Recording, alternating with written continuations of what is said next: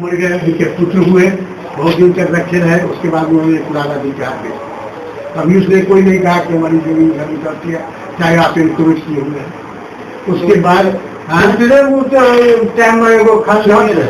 उसके बाद फिर देखिए ये बाबू साहब जो है, उनके पिताजी को क्या नाम है वीरेंद्र नारायण सिंह, उनसे जमीन में खरीदी। कभी उन्होंने कुछ नहीं कहा कि हमारी जमीन निकलती है, चाहे आप इंक्रोच किए हुए हैं। उसके बाद वो जब मर गए, इन्होंने म्यूटेशन करवाया न करवाया उसका भगवान जाने।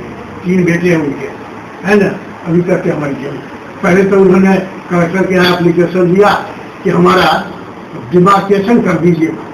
तो डिमार्केशन का नियम है कि सर्वे जो हुआ था उससे उसका नापा जाता है ना, वो डिमार्केशन उसके अलग नियम है। इनको कोई नियम से नहीं, वो DCLR को कुछ पैसा दे करके अपना लिखवा गया।